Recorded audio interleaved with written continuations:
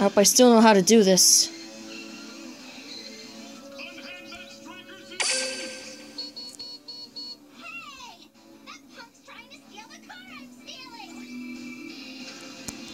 Alright, where we last left off on every episode of Regular Show Review, Season 3. We stopped at Replaced, so now I'm gonna do Trash Boat.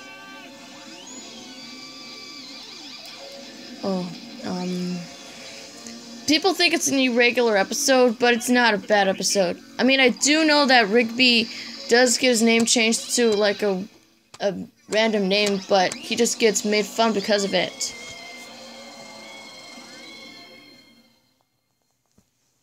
I guess that scream alone is, like, the torture that Rigby goes through in this episode. It's very mean-spirited at first. Like, it's not just, random people. Mordecai, Muscle Man, even Skips and Pops and Benson are, like, making fun of him and stuff like that. Mordecai, especially. He's like, hesitant at helping Rigby change his name back. He's like, $50? I don't know. Yeah, the Blue Jays being all smug about it. Seriously, Mordecai? Seriously? I said a monster face down. My turn is over. I will be aware that, there was a guy that came in after Rigby whose name was originally Chad and wants to change it back, and then it turns out that it's actually Mr. Buttcheeks that was his, changed name. Now there's 2 Chads? Playtime is over. You could say that again, Yugi. I'm with you, man. My monster's effect activates. Oh, man. So now there's this band guy, the Urge, who retired from music because of Rigby's name change. Even though his name was so bad, it managed to get him some popularity. And now the Urge wants to take out his anger on Rigby. So finally, Mordecai wants to help Rigby change his name back. It took him that long. Dude, it's almost half of the episode. I think you're a little too late to the game. I mean, I'm not really hesitant at saying it, but it's not. It's actually a fact. Mordecai did have a chance to do it, but instead he just stalls and just waits until near the end of the episode to help. So they have to go to that place to get his name changed while avoiding obstacles along the way, stuff like that. Basic modern Regular Show episode. So yeah. So the Urge decides that now that Rigby is back to having his boring name back, now it's just... Now the Urge can go back to whatever...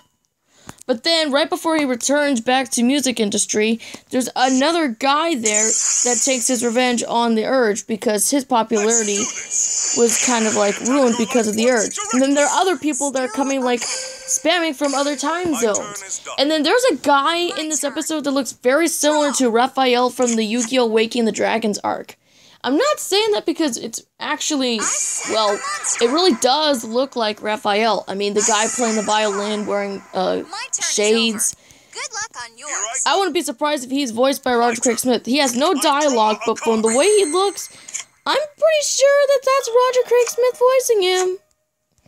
So yeah, despite it being a very mean-spirited episode, it is really good. I just feel like that part alone saves it from irregular territory. I might have people who might disagree with me, but I suppose it's worth the wait, I guess. No, that's not good. So now, Fist of Justice. Skips has a birthday, and then Mordecai and Rigby forget to get him something, so they decide to do all of his chores. Yeah, it's an IOU or something like that. I don't know, it's just very odd. They do play video games at the beginning, but now they're doing chores, and they have to do this for Skips, and I think he's doing some other ritual thing, but, they need to just move this harpsichord player, but it's kind of too heavy for them, in that they're unable to get it outside the door. Something like that. I just felt like, the way that Skips' hands were crushed in the harpsichord. Now, how does he feel pain? Okay, so Video Game Wizards, he, like, punches something in his hands are like this.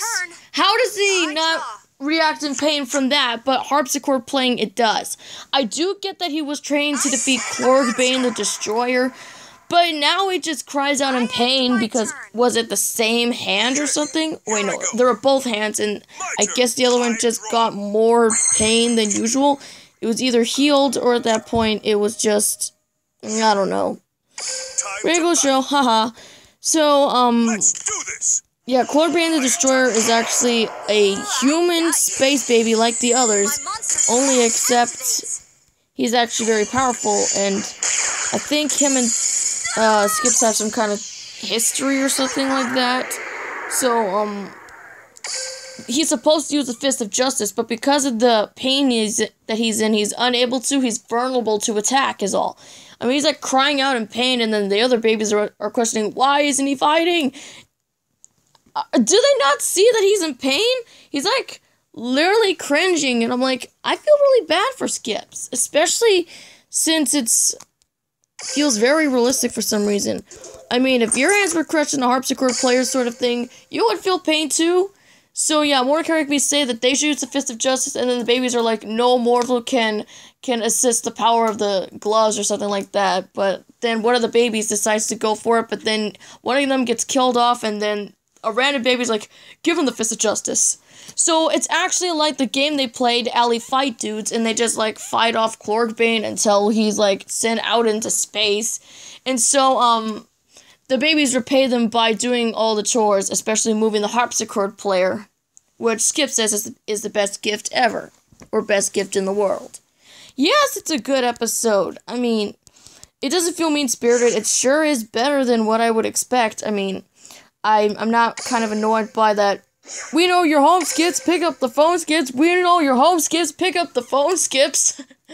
I think it's annoying to some people, but it doesn't annoy me. I'm sorry.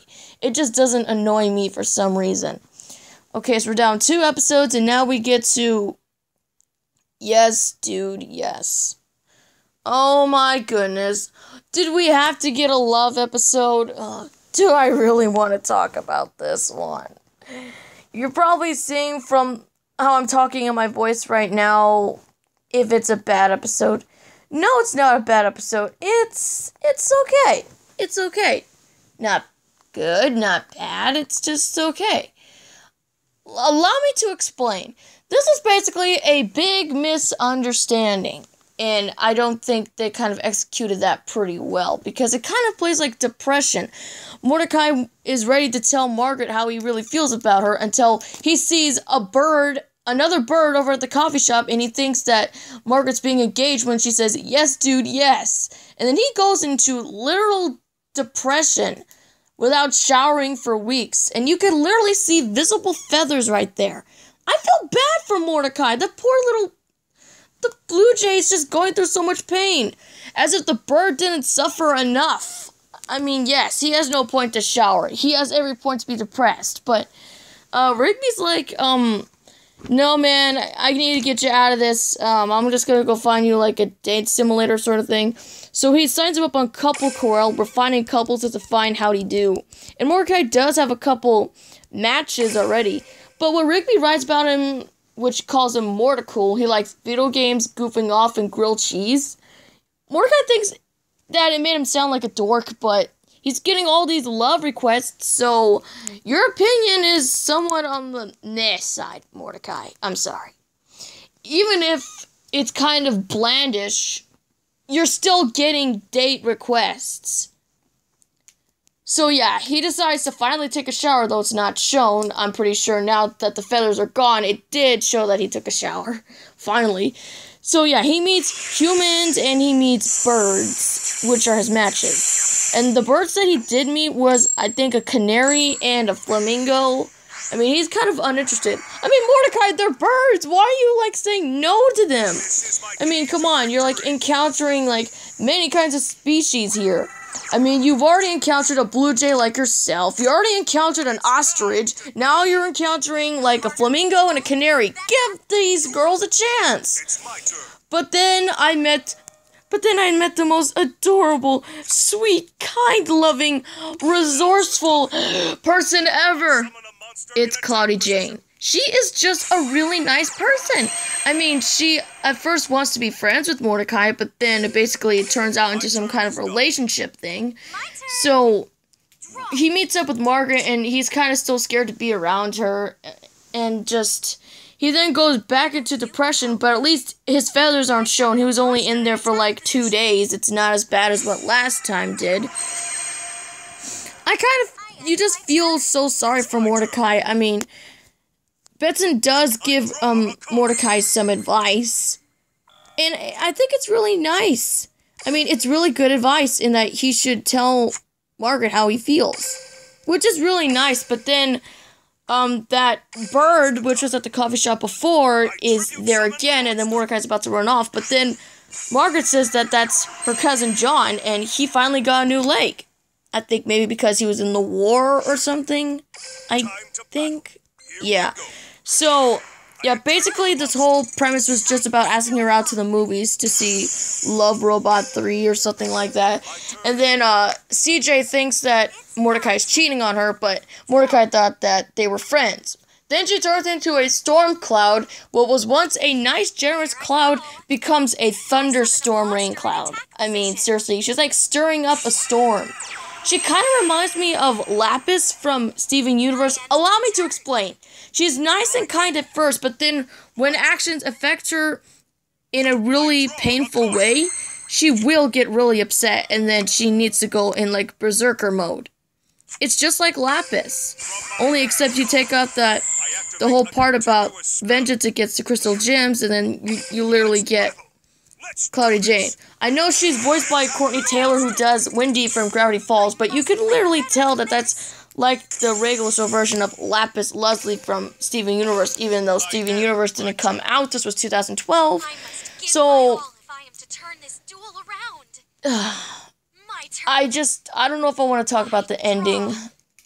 It's just really, really depressing because CJ doesn't want to be friends with Mordecai anymore because Mordecai's like, don't you still want to be friends? No. I just don't know if I want to talk to you right now. Goodbye, Mordecai. So much for that episode. So yeah, Margaret doesn't want to go to the movies. Rigby is already over it. And then Mordecai's like, oh, what? Then who am I going to go with? He takes John instead. Okay, so he's seeing the movie with another bird? Okay, you bring a tanager? That's what John is. Now, I would have forgiven this episode because of how many birds were here, but I just couldn't forgive the ending. The ending is what destroyed it.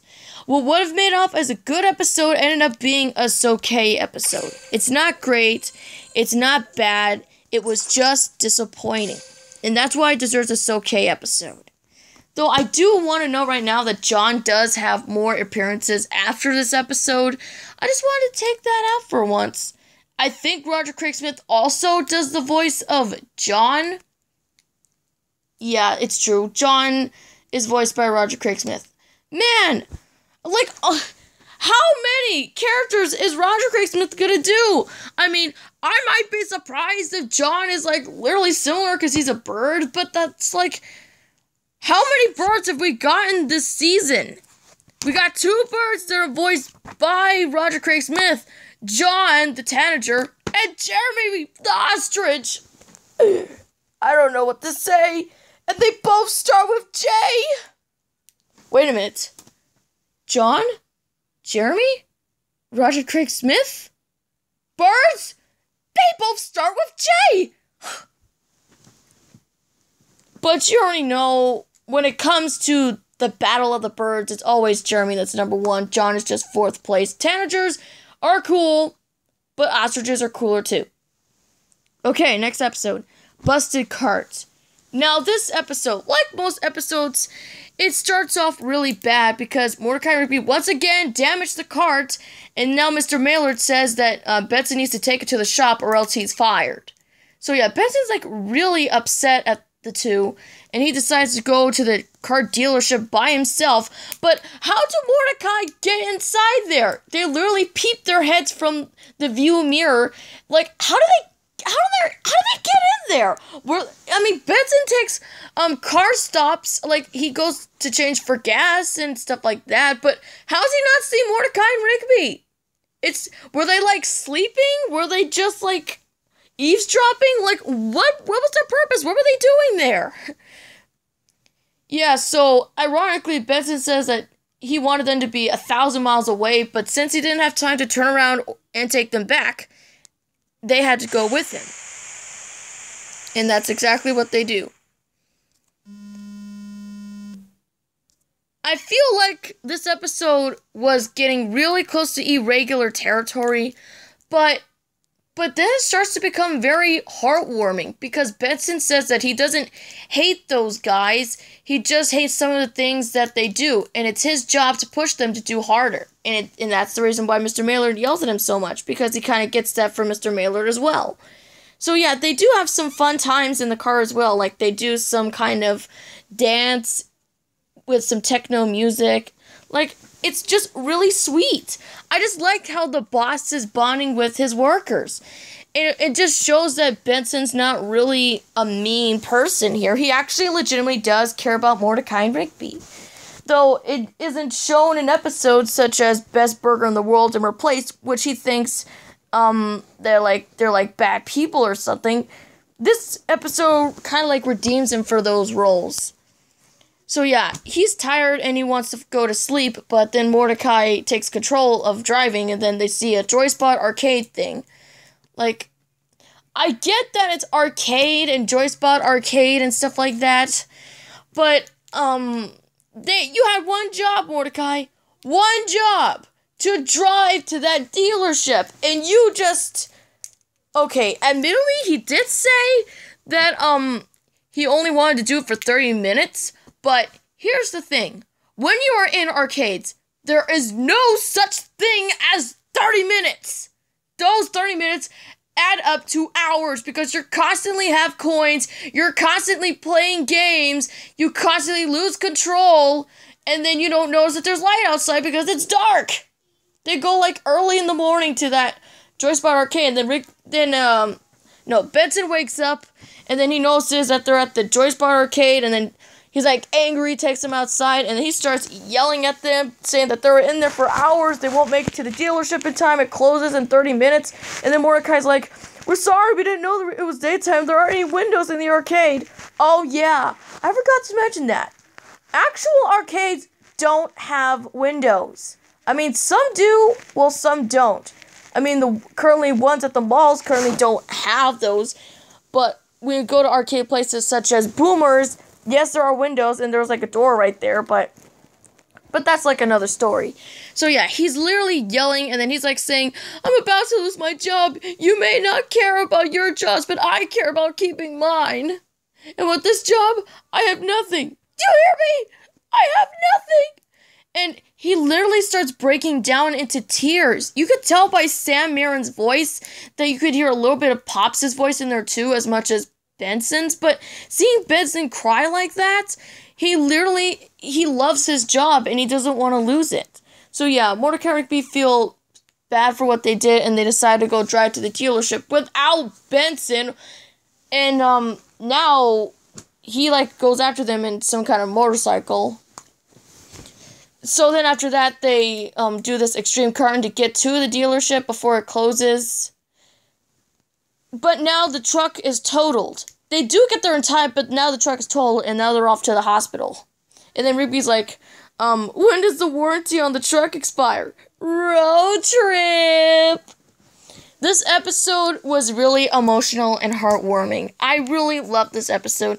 I'm surprised nobody really talks about this episode, despite some people thinking Benson is a really bad character. If you guys think that Benson's a bad character, watch Stick Hockey and this episode, Busted Cart, and then you'll see. Most episodes do have him being at his worst, but there are those episodes that redeem him. He's still a main character. He does play roles as an antagonist, like the Best Burger in the World Replaced, but this one, he's not really an antagonist at all. He's just an ordinary, everyday person that just wants to do his job, and he's really attached and loves doing it. That's what I really like about this episode. And while you're at it, We got Dead at 8, Access Denied, Muscle Mentor, and Trucker Hall of Fame. Now, are you guys still watching? Because I am going to have to tune off soon. I haven't even played around because I was talking about Busted Cart. That's not good. Honestly, I must have let my guard down from reviewing regular show episodes, and I forgot that Yu-Gi-Oh! Duel Links is still on. I'm sorry, Yami Yugi. I was stalling. I'll go duel right now. I'm sorry if I stalled. Won't happen again. Oh, I am such an idiot. I don't want it to happen, you know. I'm just talking about a really good episode of regular show. Good episode. And leaving Yami Yugi out there looking at me with his angry face. Oh, what am I doing? I'm gonna lose him. And still. Well, season 3 is still looking good so far. All we only got is only a couple irregular episodes and a once okay episode. Oh boy. No, Dead at 8. I don't know. I feel like this episode is and good. But that doesn't necessarily mean both are the same title. I mean, Muscle Man does do this water slide stunt, and it almost costs him his life. It's kind of violent when you think about it. My turn. At least, you know, I'm just gonna auto-duel so that way I can talk about regular show. I mean, it doesn't say I can't do it. Okay. So yeah, Death comes to take Muscle Man's soul, but then more characters say, no, don't do that. So after that, it's just, now they need to go babysit Death's child, Thomas. No, not the Thomas. It's a different kind of Thomas. The one in season 3. And I'm gonna lose the duel. That's not good, that's not good. Okay. Now back to what I was saying. They babysit Thomas, and it turns out that this demon child is actually really cruel. Like, he's very mean-spirited and stuff like that. There are no redeeming factors at all. I could tell that he's a child, but I know, I deserve it. I deserve it, Yami. I stalled the duel. This is my fault. So, I will say right here that I don't know why anyone would want to drink almond milk, because Mordecai is disgusted when he sees it. He's like, ugh, almond milk. Okay, are blue jays lactose intolerant when it comes to almond milk? I mean, Mordecai, it's just, dude, it's milk with nuts. Get in the game. Though he does give it to Thomas, but then you already know the episode. He wants them to read a bedtime story about some worm that eats souls or something like that. It's odd because it's a picture book, but then it becomes alive. At the very last part, it becomes alive. It's really, I wasn't expecting that. I was just expecting, okay, it's just gonna be a bedtime story. He's gonna go to bed, and they're probably just gonna do something. No! The actual worm comes to life, and the only way to stop it is to get it back into the book. That's a really nice plot twist. So yeah, just when you think that Thomas isn't going to go to bed because Death and his wife are still on their date and that it's almost time for them to come back, the chandelier drops on him and he's severely hurt, but I think he's severely hurt, but he's actually asleep. Okay, so chandeliers make demons sleep? I don't know. Maybe it's just me, but regular show just has this really odd way of doing their episodes that make him absolutely work. So yeah, Death tells Mordecai and Rigby that they're really good babysitters and that they sure did better than the last 3 who are now trapped in souls. Man, that's painful. So, actually, he does bring Muscle Man back, but he does warn him by saying he's gonna go die in a hot dog eating contest, but they have no ride home. It's a good episode. I really love this episode. It's really good. I like it. And I will admit, there's this one line in the episode I like. You couldn't put the baby to sleep because your soul's at stake. Well, it's a good thing it's your soul that's at stake and not ours. You shut your face. You're lucky I'm trapped inside this ball. I might have started a little bit. I maybe not have gotten something like this, but at least I tried. Now, here comes Access Denied. Now, this episode, they say is bad. Is it actually bad? I wouldn't say that. It's not bad or anything. I think it's good. Though I will say it does have its fair share of boo-boos when it comes to the episode. So yeah, Mordecai and Rigby get invited to Margaret's party at, Box. But they see it as a misunderstanding. So it's like, they go to the Box, which is basically some kind of club that is very, very strict when it comes to policies, like the dress policy and stuff like that. They need to wear, like, I don't know, literal trash items in order to get in.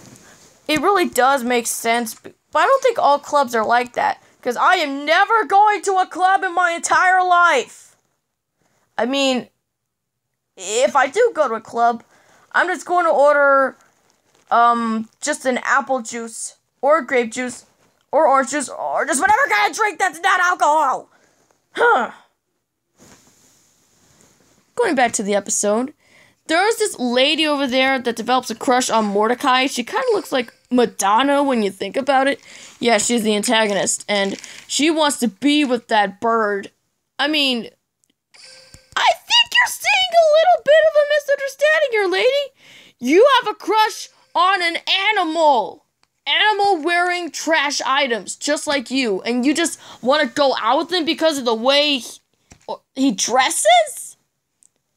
He's got a beak! He's got a beak! He's got wings! It won't work!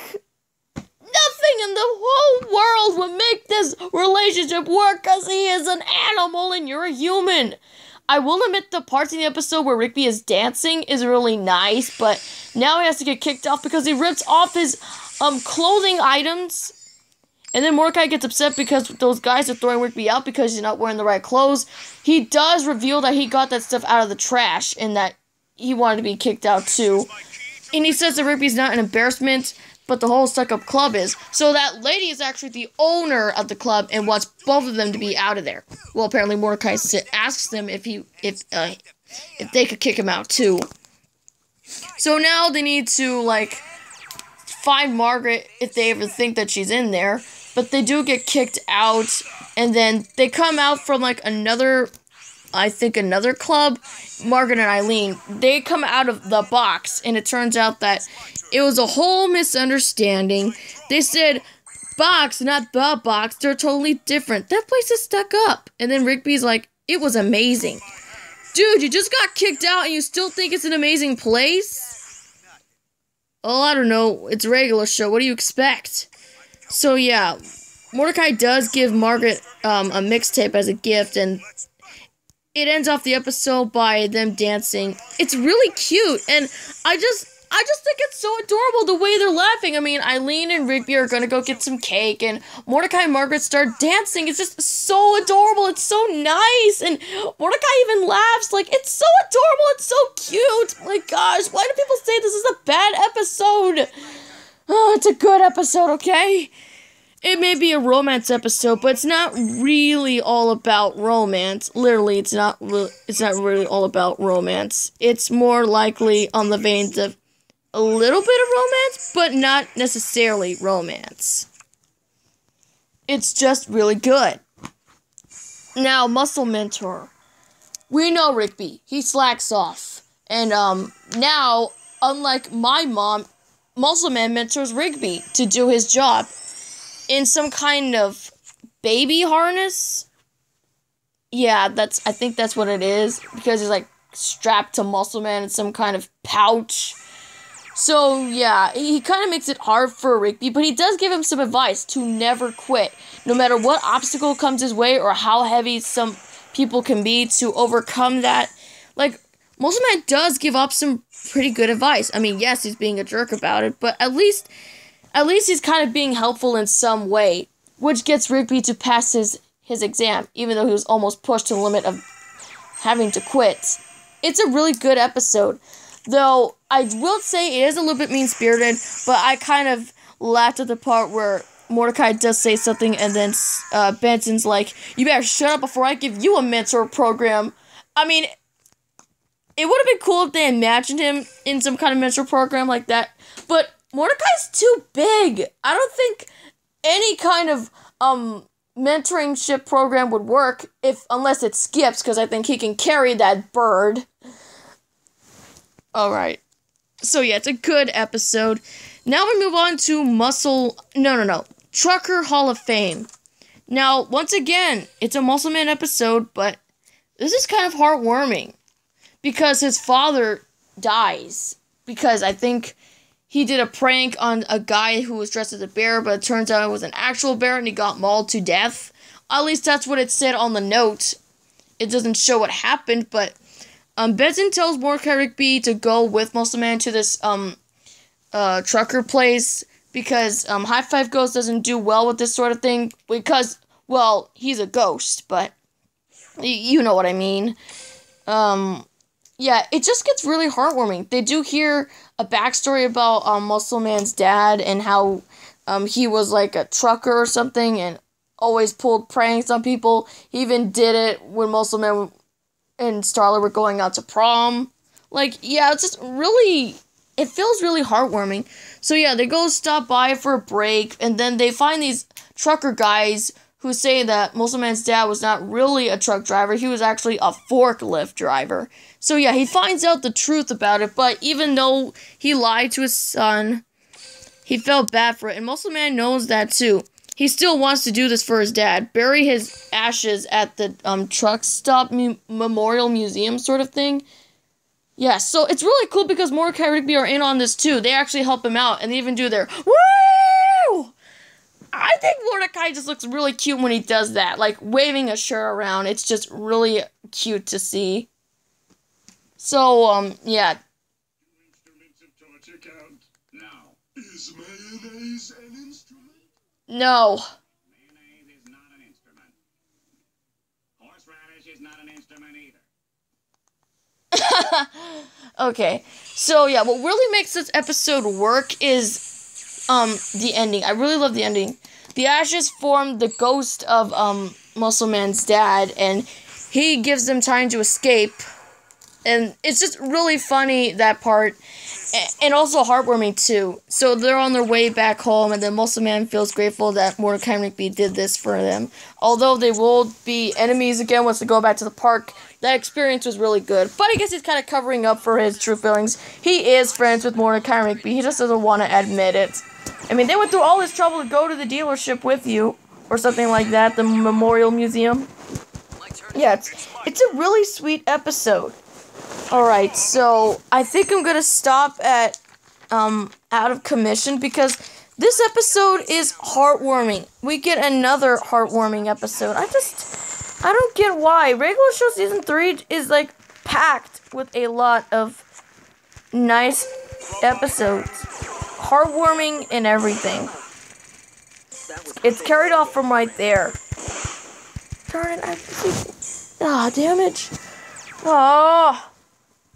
So, yeah. The whole part of the episode is Mordecai and Rigby bond with the cart, which apparently is alive because it's sentient or something. Yeah, they pour soda on it because they feel sad because now they have to get rid of the cart because Benson gets a new cart, Smart and Carton, a German cart. So now they need to go get rid of the cart, but before they do so, they want to spend some time with it. It just feels really heartwarming the way that they do all of this stuff with the cart. It's just really likable. Though it does get a little bit irritating at points because you do have Benson saying, I want that cart out of here. But it doesn't happen through part of the episode. It just happens like on the second part. But I think there's like a really funny part of the episode where the cart says that I've never been to like a car wash, and then Mordecai and Rigby go inside an actual car wash, and there's like soap on them. They literally have bubbles and soap. It's just, then they get sprayed by water, and then the dryer like dries them off. It's just so cute. Oh my gosh, those animals are like literally in soap, water, and then they're dried off. And they're like sparkly clean. You see Mordecai is like really annoyed. Like, I don't think he enjoyed that. Do birds hate water?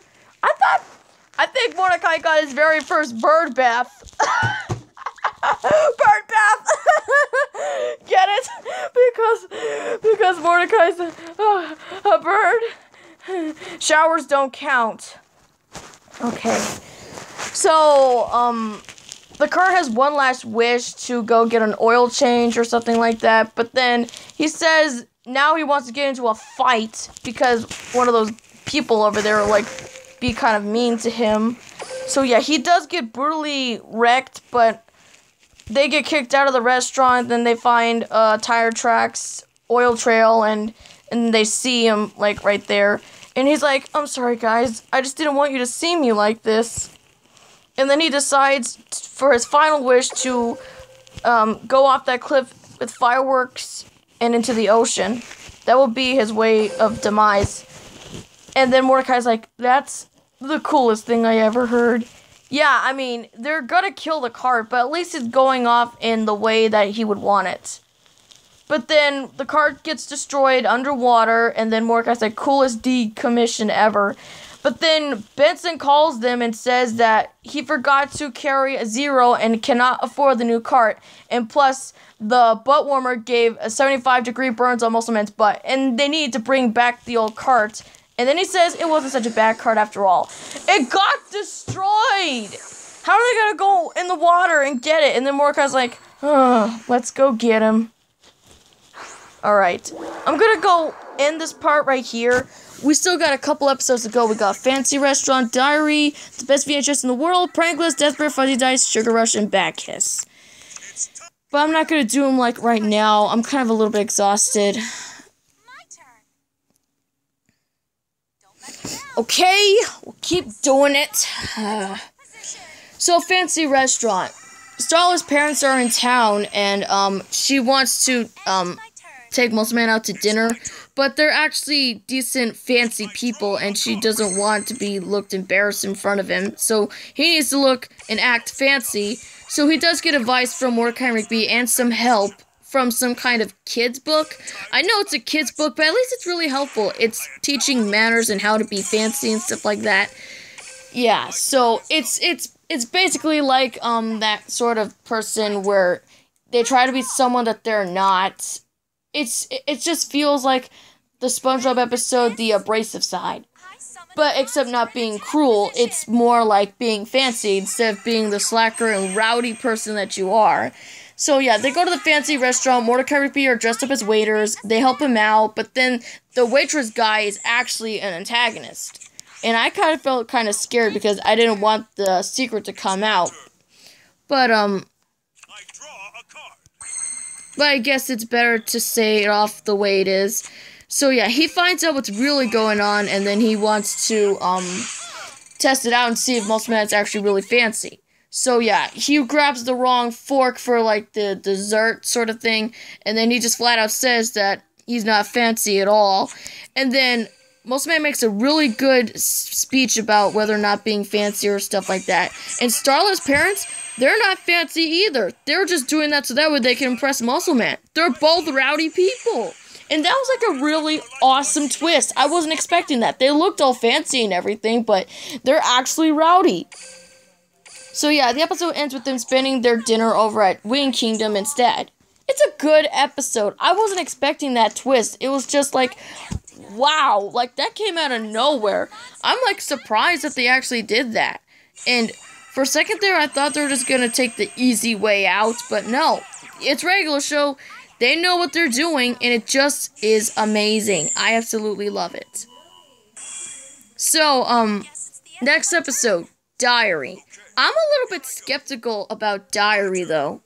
Yes, it's that episode where Mordecai and Rigby have to go water plants for Margaret at her house, but I hate that joke that Rigby does. It is so adult. Because Mordecai's like, I'm doing this because Margaret's my friend, and then Rigby's like, yes, your friend without benefits. JJ Quintal, this is a kid's show. We don't want to drop anything like this. At least season 1 was a little bit creative when it came to their adult jokes, but what you're currently doing for season 3 is crossing the line! You know what? It's better not to talk about the adult joke, but just the episode by itself. So, yeah, Rigby wears Margaret's gardening hat, and then Mordecai tells him to put it back, but he says, no, I want to wear it while I water the plants. So they start brawling, and then all of a sudden, this book falls down, and it turns out to be Margaret's diary. Oh no, it's Margaret's diary! And then they spend the episode trying to fix it. Like, the glue, and then they need to remove it with heat, and then Mordecai has a flashback to its time where he microwaved all the clocks, and then, he accidentally killed Rigby in the process, and then Mordecai's like, we're not putting anything in the microwave. Oh, okay, so you just remembered your mistake.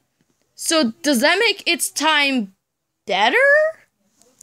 Okay, so Mordecai does have his memory when it came to that part, but I guess I can give pointers to Mordecai right there. So, yeah, they need to go to Skip's to fix it because they dropped the diary in the toilet, and then Rigby's like, do you think she'll notice? Dude, there's a book in the toilet. Do you think she's gonna recognize it? Of course, it's a book! It's paper! Oh my gosh! This is like crazy! Skips does say that there is an untraditional way of fixing it by transferring all the secrets using a magic quill pen. I guess he kind of takes the journal because the journal used in Excellent looks just like that? Do they use John Kimball's diary for it? Or his journal? I guess so. But then Rigby's like, that doesn't look anything like Margaret's diary. And then Skips is like, as in written content, it will so while the books become identical. I guess because they're both red, it's gonna work. So they need to join hands, close their eyes, and so that way the secrets can be transferred. And then we hear, like, noises in the background. It's, like, pitch black. And, like, we just hear the voices and all that stuff. It just gets really odd. And then Mordecai's like, how much longer is this gonna take? And then Skips tells him to be patient, but then Rigby opens his eyes, and I don't know, I just see the book floating, and I see ghosts and spirits, and then there's like, I don't know, I think I said Margaret's face or something like that, but she just makes a roaring noise. I'm like, wait, is that Margaret? I thought she was like somewhere. So yeah, the transfer is incomplete, and then Rigby says that he did open his eyes while the secrets are being transferred, but it wasn't actually Margaret. It was actually the guardian of the secrets, who was actually in fire form? I knew it! I knew it! She was a Moltres, and maybe the guardian of the secrets, but it's still like Margaret entirely. She's still a Behemoth, and she's Moltres and Bergramon. See? I told you! Fire on her head! She was a Moltres! I knew it all along! Oh boy. So the only way to get rid of her is if they tell off their secrets. So Skip says the only reason why he skips is because in all of his life, he hung out with one woman, and that they used to skip together, and the day that he lost her, he vowed to skip every day for the rest of his life so he can remember all the fun times they had together. And then it came to Mordecai and Rigby, and then it's just basic, bland kind of stuff. It's just their secrets are just kind of, I don't know. Something about, Rigby eating a donut out of the trash. Mordecai likes going commando. Seriously, J.J. Quintel? Oh. I think the one thing where Rigby says he actually likes to taste the donuts while they're in the trash, and then Mordecai does say to Rigby, remember when you ordered twin beds and yours never showed up? I lied! I stacked them up and I was sleeping on them the whole time! I'm sorry, dude, it's just so comfortable! Are you serious?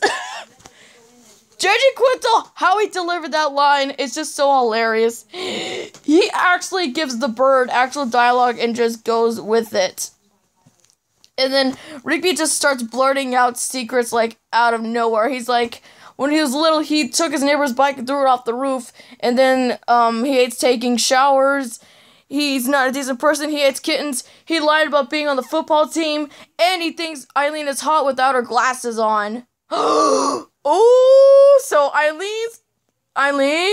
Rigby's got a crush on Eileen. He admitted it. And that was enough to get, that Guardian of the Secrets to disappear, and then the secrets are transferred. It's a new diary, but it looks exactly like Margaret's, like it never happened.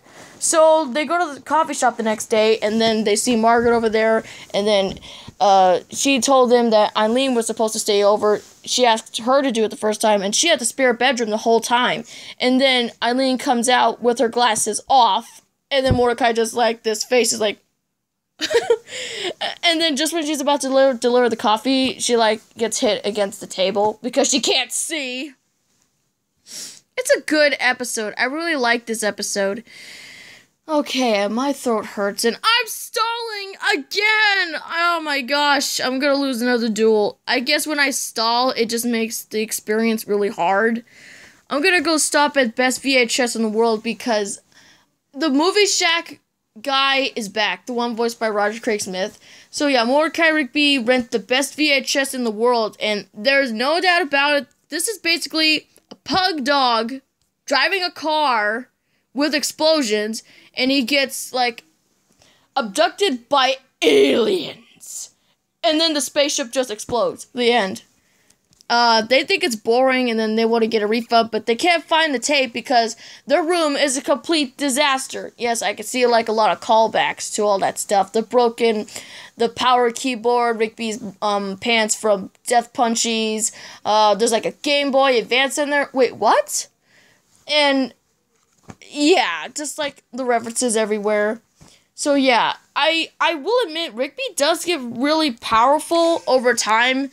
And I say this because now he has the strength to punch Mordecai because he actually feels pain. I don't like how he bit Mordecai's arm, though. And then Mordecai's like, this is your fault. You're the one that wanted to rent the best VHS in the world.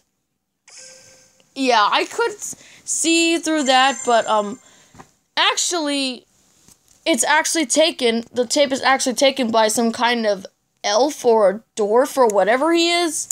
But he just says he just has this bond with the tape. He spends his entire time with it or something like that. But then they're like, but dude, there are other VHS tapes out there.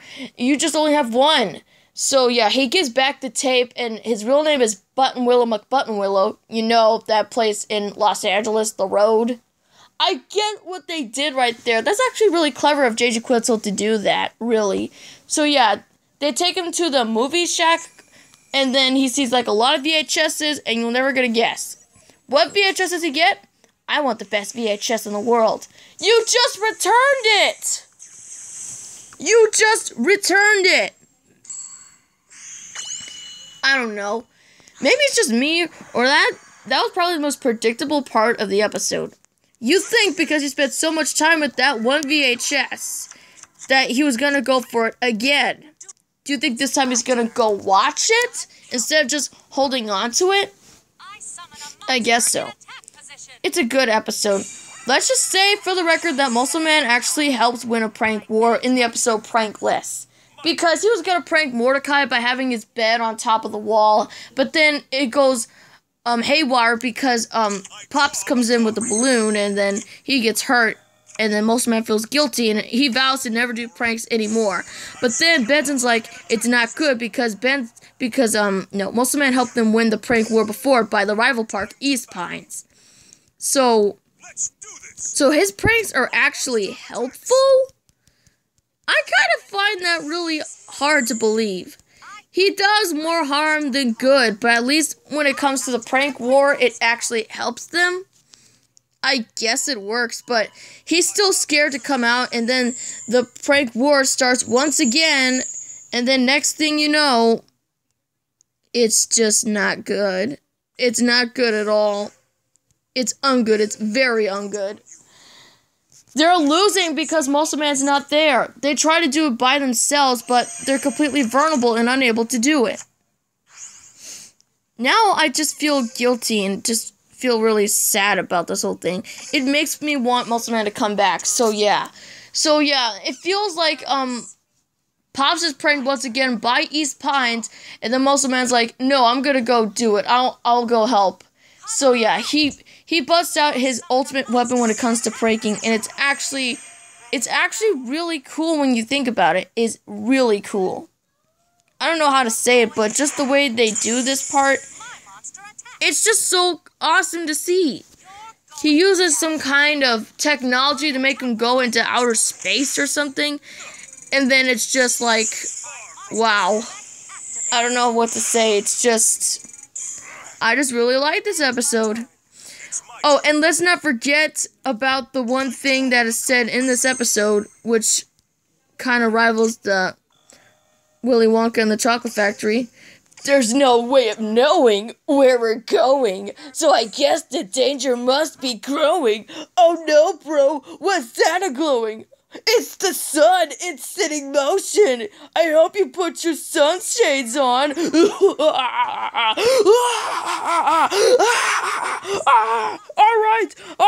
I'll stop! I'll never break your park again! I'll stop! Let's battle.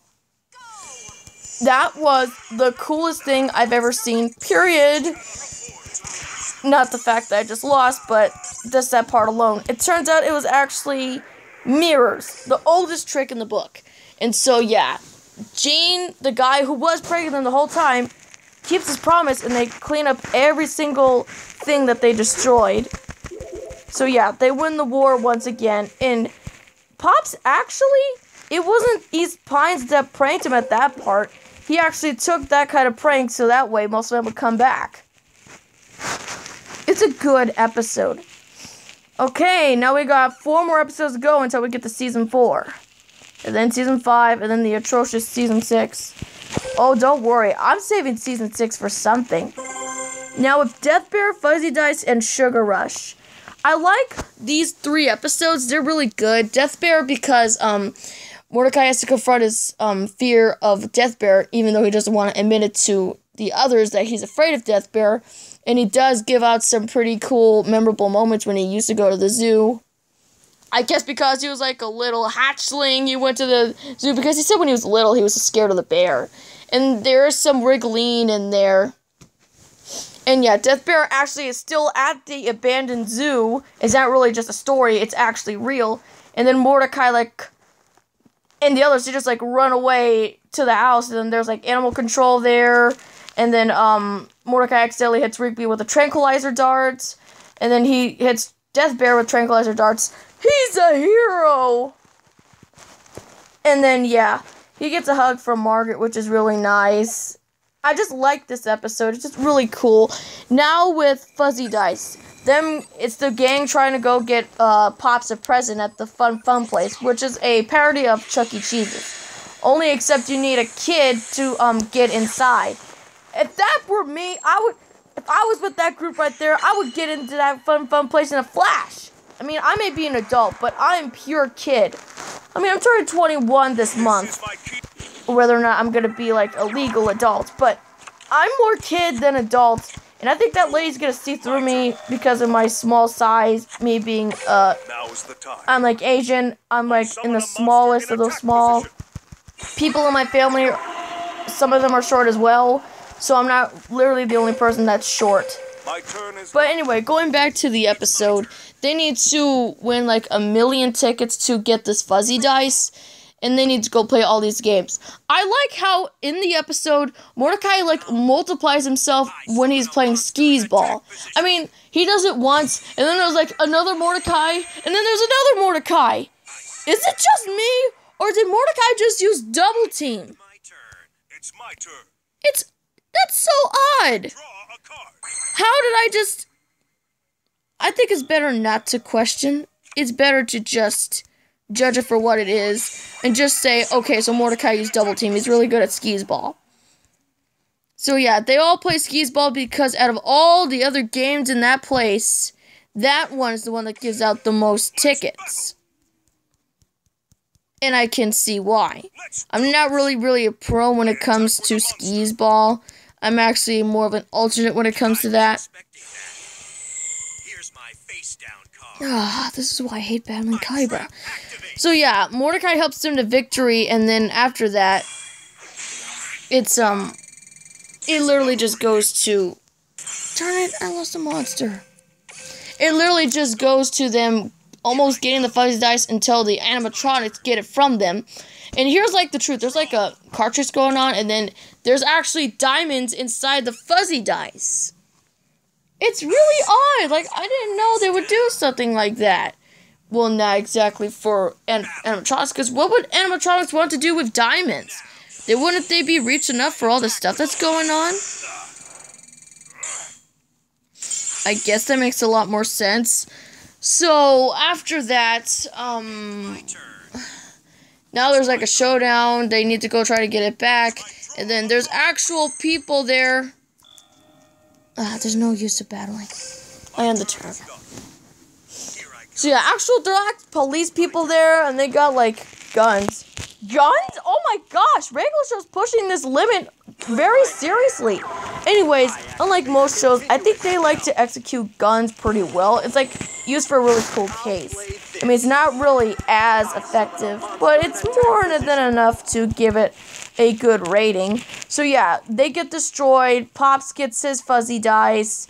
And then Don't You Forget About Me by, I think, Simple Minds plays. Now, yes, it's a good episode. Now with Sugar Rush and Bad Kiss. Sugar Rush is an adorable episode. I just love this episode. It's really, really nice. The whole point is that Mordecai and Rigby have to get a whole wheat donut and pick out the rest of the donuts. But they just instead all get apple fritters, which are really, really sugary coated donut goodness. Pops accidentally eats one, and then he goes all crazy and everything. It says stuff really fast. So yeah, they need to go to Skips, and then they say maybe more sugar will work, but no, it doesn't. It only makes the situation worse, and then it just goes to like another dimension. Dude, did I just win? Did the opponent just surrender? Kaiba just surrendered. What a wimp. I just beat my rival without even touching him. That's really cool. Personally, I just give myself the bronze rank number 2. Okay, going back to the episode. So Mordecai, Skips, and Rigby eat the apple fritters, and they get sent to the same dimension, but then after that, it just gets all crazy and stuff. Like, at first off, they do eat it, everything just becomes slower, but then Pops and then Mordecai and Rigby eat lollipops because all the apple fritters are gone. Pops does say he'll go buy some more, but he eats the lollipops instead because it's the only sugar they have left. And then they go to another alternate reality where everything's like all black and white and all scary looking. So yeah, they eat the whole wheat donut because Rigby does give out a really smart solution. If more sugar doesn't make them crash, then they need the opposite of sugar, which is Betson's whole wheat donut. So yeah, they take it like in little pieces, they eat it, and then they get sent back into their own dimension. I do like how Mordecai shrinks. And the noise that he makes, I know Rigby makes some noises too, but Mordecai, how does Quintel do that? How is he able to do that? It's just so weird how he's able to make those noises while Mordecai's going through all those dimensions and stuff like that. So yeah, they're almost late to the meeting, so they need to run there really super fast at sonic speed. And then after that, because the whole point of the episode was to get donuts for the meeting, and they don't want to be late, they have to go bring the donuts there. Even though there are no donuts there, they do go to the donut shop to get more. And they just leave the like pocket change right there and $1. All apple fritters. I don't know why they didn't pick sprinkled donuts or just like crinkle plain donuts. They just went for the ones that caused this whole mess in the first place. So yeah, they're almost late, but they make it in the nick of time though. Enough to get them to the meeting in time. But they crash because they eat the rest of the whole wheat donut. And then, yeah, that's just like, ouch. I just feel bad because now they've crashed. They don't want to eat anything. Like, they don't want to eat sugar or stuff like that. It's just like really sad. It's a good episode. It's really adorable. I feel like this episode really works. And now I'm gonna go lose to Yamiyuki once again. Come on, give me some luck. I need some luck here. Give me some...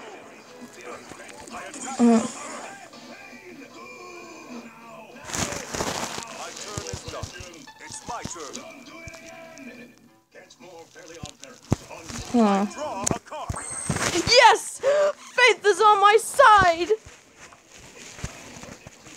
I'm gonna go talk about Bat Kiss, but let me just get this monster over and done with. Yes! Just as I expected. I reveal my face down card. My trap activates. So, Bat Kiss, I'm gonna say right here, but this episode kind of feels like a ripoff of a SpongeBob episode, and I don't mean that to say it, but it really does feel like a SpongeBob episode. I mean, just think about it. Mordecai kissing Margaret after he eats this onion chili dog. I can't believe it! That thing gave him rancid breath! It doesn't show it, like in something smells of SpongeBob, but Margaret does say that his breath is really bad. And I'm like, oh, you didn't have to say that in the episode. You already said, oh my gosh. Though he does admit to Rigby that he did kiss Margaret. And then Rigby's like, oh man, I owe Muscle Man a lot of money. But he wants to fix the kiss because he regrets ever doing it, is the problem. He's unable to do it because I don't know if he knows how to do it. Rigby does say that he does have a time machine and that he wants to help Mordecai out. This Pokeball, it actually looks, okay, to be honest, the time machine looks like a Pokeball. It really does. I mean, it's circle shaped and it's got those buttons that make it look like an actual Pokeball. I'm not saying it to be mean, but look at it! You don't tell me right now that thing looks like a Pokeball, because it does look like a Pokeball. So yeah, they use it to go back into time where, before it all happened. But all it did is just stir and make more trouble. All it did was just make more trouble for Mordecai and just made it worse. And summon another version of himself.